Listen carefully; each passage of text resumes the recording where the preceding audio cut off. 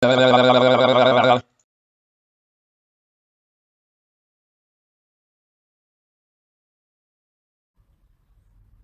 to the Red Path Portal. My name is Trevor, and as the ancient Maya used to say so long ago, in Lakesh Alchemy. So today we're going to try complete the fundamental ingredients to create alchemy in a psychic circle, so that we can see, hopefully with eyes open and eyes closed. So what we need to remember, we're sitting in a circle of about 7 people, and in the center is a table that we put certain things on.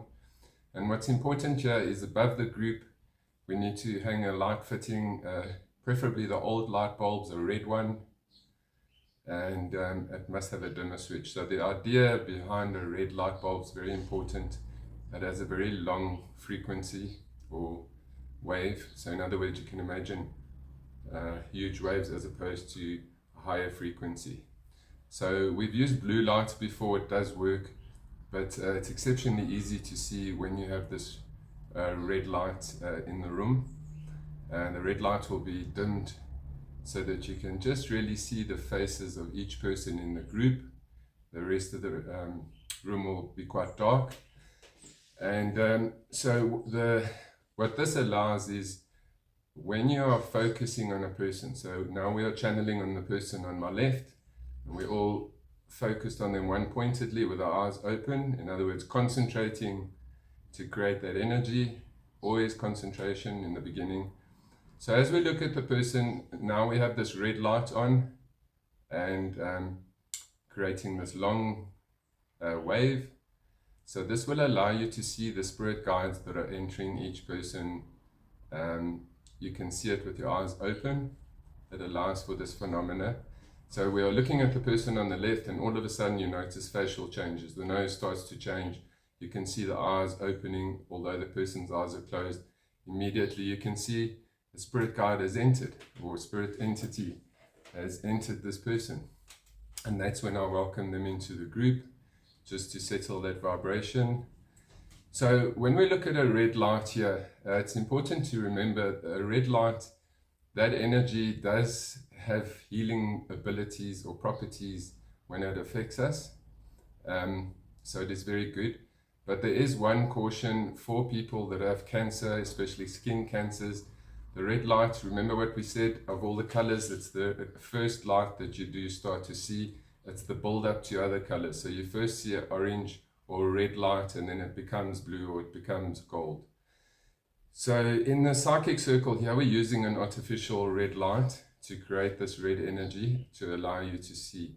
But as I said, there is a warning for people with cancer that you shouldn't actually sit under this frequency of the red light, as the red light can also accelerate the cancer process.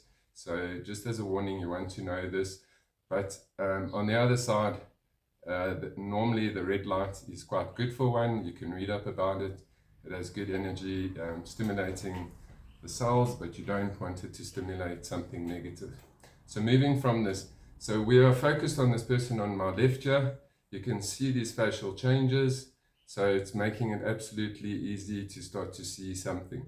And then once you focus for a few minutes and you see the changes coming, you see the eyes open, or you see ectoplasm that is emanating from the mouth or out the nose.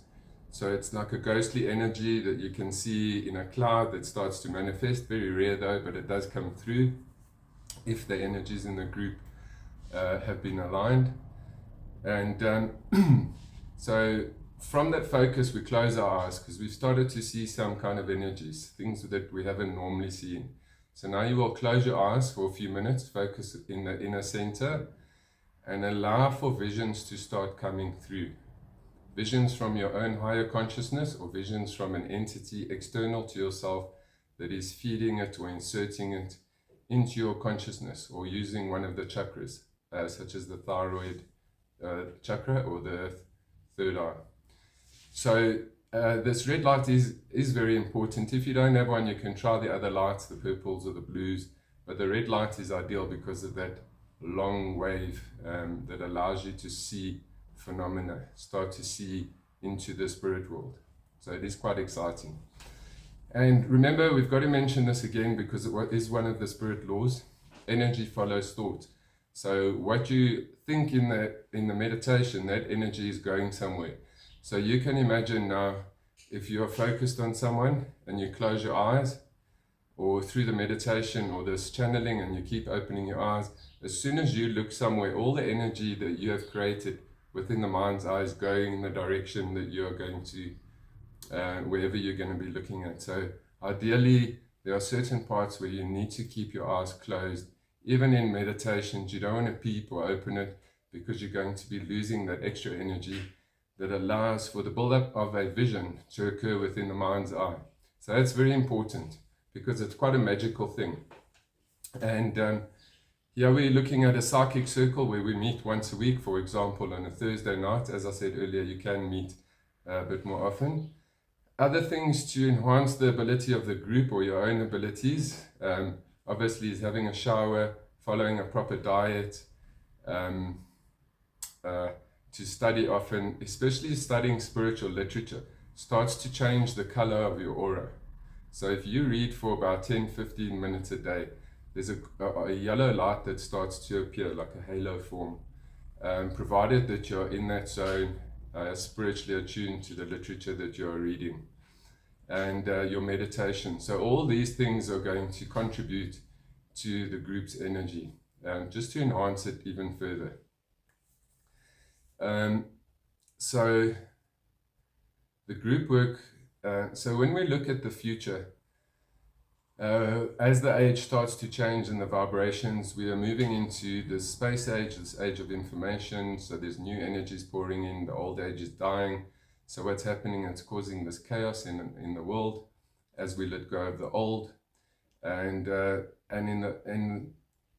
in the days that are past now, all the focus was on individuals, your own development, to reach that state of alignment or state of awakening or state of initiation, or what I call a step of enlightenment, an initiation.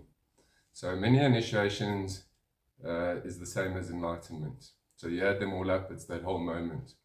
So so there's a lot of things that we can do to enhance this group's energy, to make sure that it's successful or even better than it could be.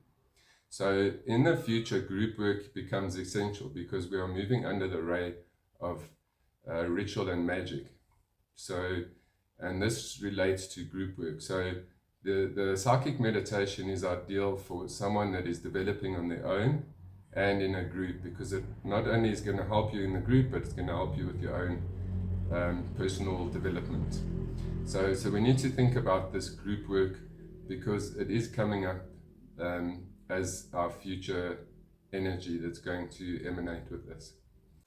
So remember, as we move into the future, it's all about the collective consciousness, what the group can add to the whole, or what the individual can add to the group, or humanity as a whole. And remember, all these tips are basically a guideline to how you could do this, but following this is a way to guarantee success. It is that simple. And when it also comes to psychic circles, so now we are allowing the spirit beings to come through and focusing on each person. We're all sharing this information of what comes through. And what we've got to also realize, that the success of the group depends on having a medium or a channel or a clairvoyant in the group.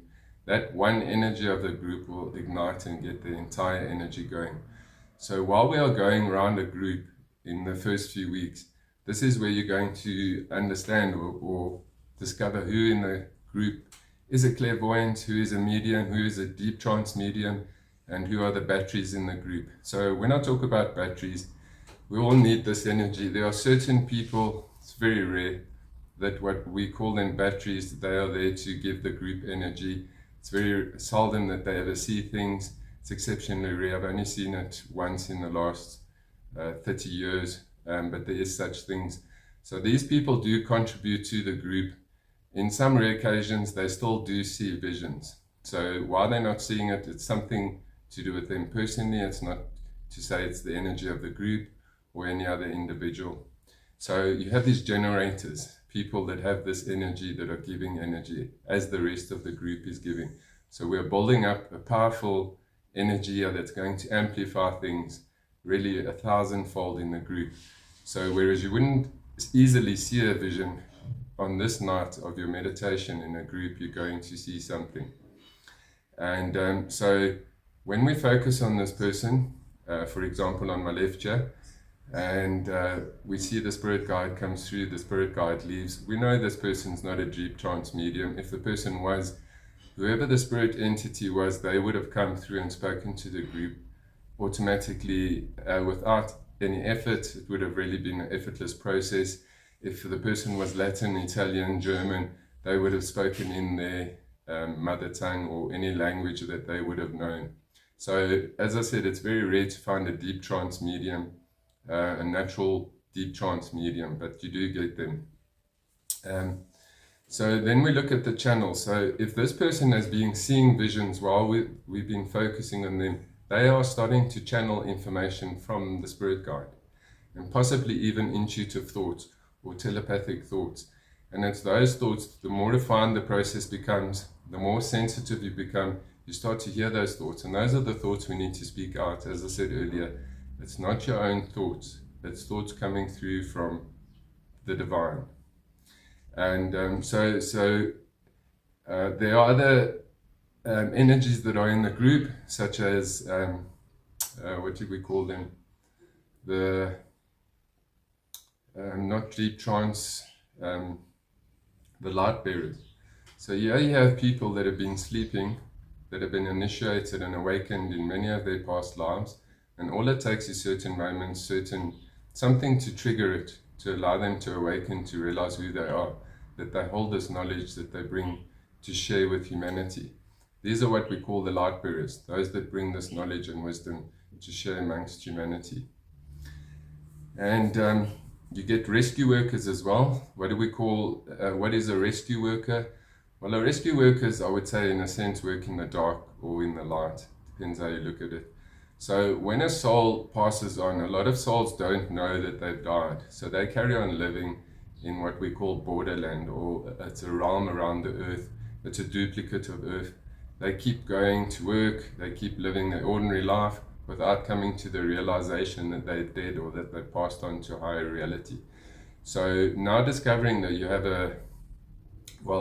most people in the group can do it once they're trained, but specifically people that have been or will be trained to do this kind of work, what we call rescue work.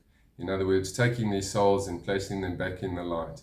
So what we would do in a group, if there's such a soul that has come along, we would focus light on them, or this medium that allows for this healing work will speak to the spirit guide and instruct them to go into the light with the help of spirit that's on the other side. And then within a few moments, this person should be in the light. And there is a confirmation where spirit will give you a vision showing you that the person has moved on, they're now in the light, they found their way. So these groups create a lot of energy. It becomes a vortex, becomes a portal, and from the heavens they can see it and they come down, and from all other directions the entities come along to have a look what is going on, because the light, the energy pulls them there.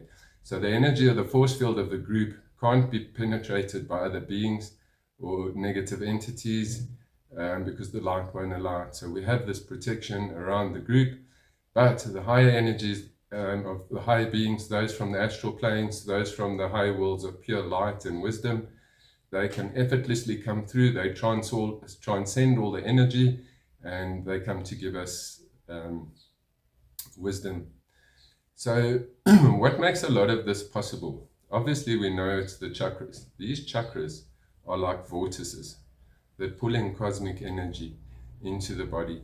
So it's really these vortices that we need to activate and energize or cleanse out. So the best way to do it is with the breath. So a visualized breath where you're breathing and you're visualizing. This is what does it, because in the breath and the visualization you draw in an energy that is called prana. It's spelled Prana. And this prana is the fuel of the chakras, of the etheric body, of magnetism. So it's all around us, and there are different kinds of prana. So we want to pull this prana into these bodies, to even in the first evening, to awaken the third eye, to show you that you have this ability to see, and to give you a bit of inspiration in terms of where you're going. And so these are all really tips to creating a better experience in your psychic circle. Another tip, which I feel is quite important, this was taught to me by a natural born medium that had an absolutely white aura, to remove all metallic objects. So in other words, rings, watches, necklaces, and glasses, especially if the group is focused on you. Otherwise, what happens is that metallic object will absorb a lot of the energy. So we want to use that energy to be able to see, or this prana, to fill up our chakras. We need that fuel. We don't need it to go into metallic objects. So you can wear your gemstones, but try avoid all the other metal objects. And another important thing over all the years is that they don't allow children into psychic circles. If you would start someone young, maybe the way I started at the age of 16 or onwards or so.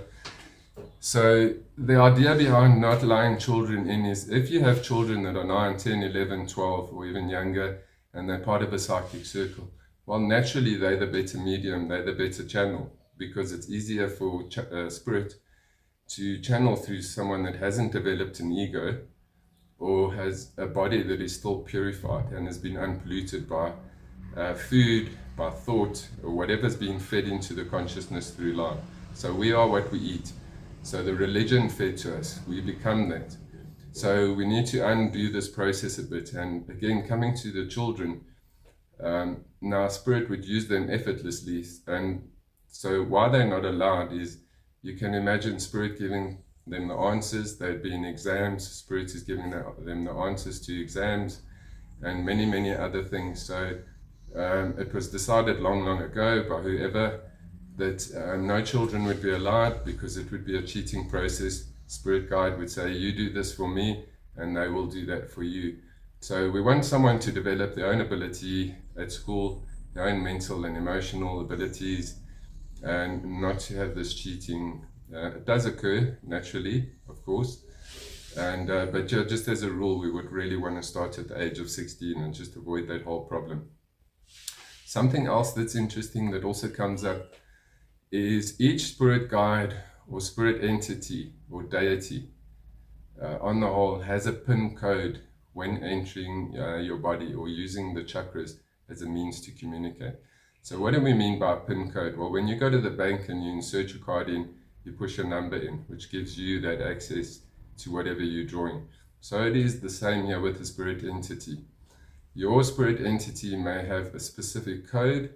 In other words, you might have a tingling on your nose, your one eye might start to tear, there might be a tapping or a sensation where someone is touching you, your one hand may get hot or cold. There's numerous secret codes here. That is between you and your spirit guides, and it's not a PIN code that you need to give to other people. I know it sounds odd, but there is these things. So if you do notice with each spirit guide, they bring a certain code with them, or certain sensation, a certain energy, a certain vision, to allow you to, from the beginning, even before they've started with visions, to allow you to know who is with you and who you are actually channeling. So important to remember that. And just to remember also, so whatever you are doing, wherever you focus your energy, coming back to that energy follows thought. So if you're focused on the spiritual, studying and meditating, you start to become that. As we think, so we become. What we eat, we are. So it's good to get your own aura filled up with these colors by the kinds of things that you're doing. You know, you wouldn't want to sit on your phone or in front of the television set and have that burnt into the inner eye, and now you're trying to see visions and there's still the afterglow of the effects of your cell phone or the television or the computer. So remember, there needs to be a period where you free your eyesight of these devices before meditation, just making it a lot easier. I'm going to go possibly into a separate post on the colors, because the colors are exceptionally important when you start seeing them around the group. Each color is going to mean something. So we're going to take a separate look at that. But the important thing here to remember is that in the psychic portal that we open in a group, a psychic meditation, psychic circle, there is a huge amount of spiritual and cosmic energies coming in from the higher worlds, coupled with all the energy of the group members. So this is extremely powerful, and it's going to accelerate the process very, very rapidly. There are other techniques as well. As I said, this is a guideline. That's all you really need to know. But it does go further if you're wanting to manifest other kinds of phenomena. In other words, if you want to manifest a spirit being in a solid form, or should I say in a form of ectoplasm that could stand next to you, the vibrations really need to be harmonious and really powerful and pure to do this. But in this kind of group, it is amplified. In the old days, they would put a cloth on the table that was multicolored, so those colors even change. A vase with flowers, and what's nice, under the red light, you can actually see the flowers in the spirit world as the petals are opening and closing and moving around. Everyone in the group should really be able to see this after sitting in a meditation psychic circle for some time, for probably even the first night. So you want to bring that energy of the flowers in, the flowers symbolical of light, so you're going to be spreading this energy through the group. Other energies that can amplify it quite easily, we would use crystals, quartz crystals, silicon dioxide.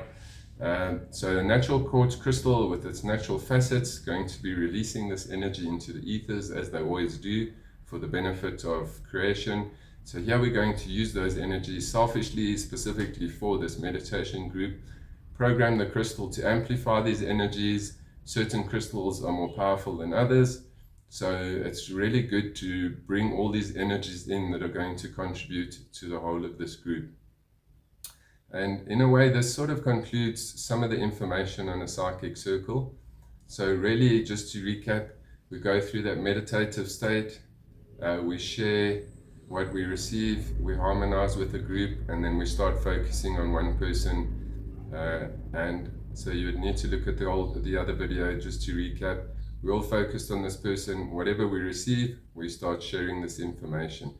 And the idea also behind this is, instead of you receiving your own vision when you're meditating now and again, here you're receiving a multitude of visions from the group, a whole lot of information. It's not only going to speed up your own progress, but the group's progress. So you're learning about each of these visions, how Spirit is communicating, what kind of wisdom, what kind of messages that they are bringing to us. So it's going to start really bringing that alchemy into your own meditation and into the psychic circles.